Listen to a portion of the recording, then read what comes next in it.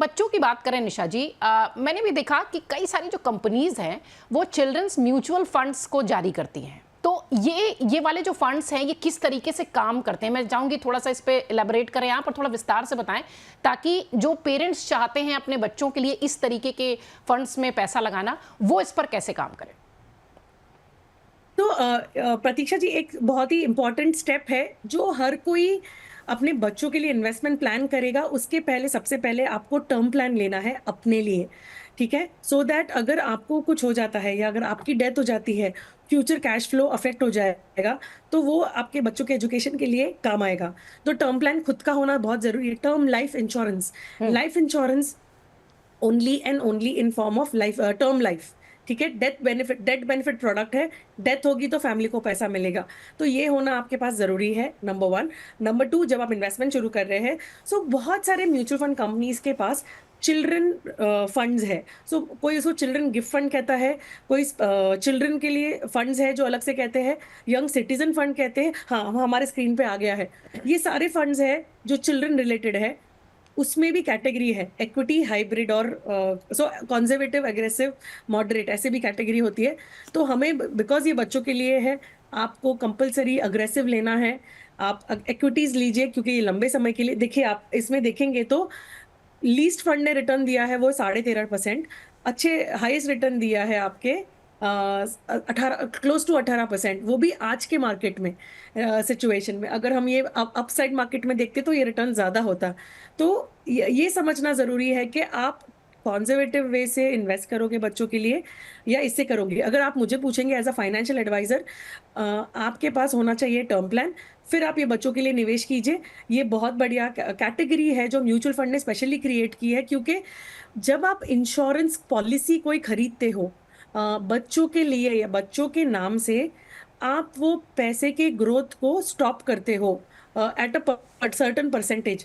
तो traditional plans जो है, लाइफ इंश्योरेंस के जो इन्वेस्टमेंट के हम कहते हैं, हम्म। उनका रिटर्न जो है वो 5 से 6% तक रेस्ट्रिक्ट हो जाएगा। हमारे सामने लाइव क्लासिक एग्जाम्पल है जहां 12 से 18% तक छूट रहा है। हम तो 10% बोल के लेके आते हैं इक्विटी में इन्वेस्टमेंट करने के लिए। तो 10% की अपेक्षा से आओगे तो आप कभी नाराज नहीं होंगे। और बच्चों के लिए पैसा निवेश कर रहे हैं जो लंबे समय के लिए, तो पैसा बनता ही है। बिल्कुल, मुझे उम्मीद है कि जो भी दर्शक इस वक्त हमारे कार्यक्रम से जुड़े हैं उनके सारे सवाल और सारे उनके जो संशय होंगे वो क्लियर हो रहे होंगे। निशा सांघवी जी लगातार हमारे साथ जुड़ी हुई हैं। निशा जी, चिल्ड्रन फंड्स में जो निवेश करते हैं या जो पैसे लगाते हैं, वो अगर देखिए तो वो एक तरीके से किन किन मतलब किन किन टारगेट्स को पूरा करने के लिए किया जाता है। जैसे एक हायर एजुकेशन हो गया, अगर ग्रेजुएशन बाहर करके बच्चा करना चाहता है तो इसके अतिरिक्त और क्या क्या चीजें इससे जुड़ी होती हैं, क्योंकि कई सारे लोगों के मन में सवाल आता है कि ये म्यूचुअल फंड हमारे लिए है भी या नहीं, हमें इसको लेना चाहिए या नहीं। खासतौर से महिलाएं भी, अगर महिलाओं की ही बात करें, जैसा कि हम लगातार कह भी रहे हैं कि बचत करके एसआईपी एक बहुत अच्छा ऑप्शन है जिससे कि आप अपने भविष्य में स्ट्रांग हो सकती हैं फाइनेंशियली। तो ये जो चिल्ड्रन फंड्स हैं, ये कैसे निवेश करें और म्यूचुअल फंड्स के लिहाज से किन लोगों को ये लेना चाहिए, किन लोगों को नहीं लेना चाहिए, थोड़ा सा इस पर भी रोशनी डालें।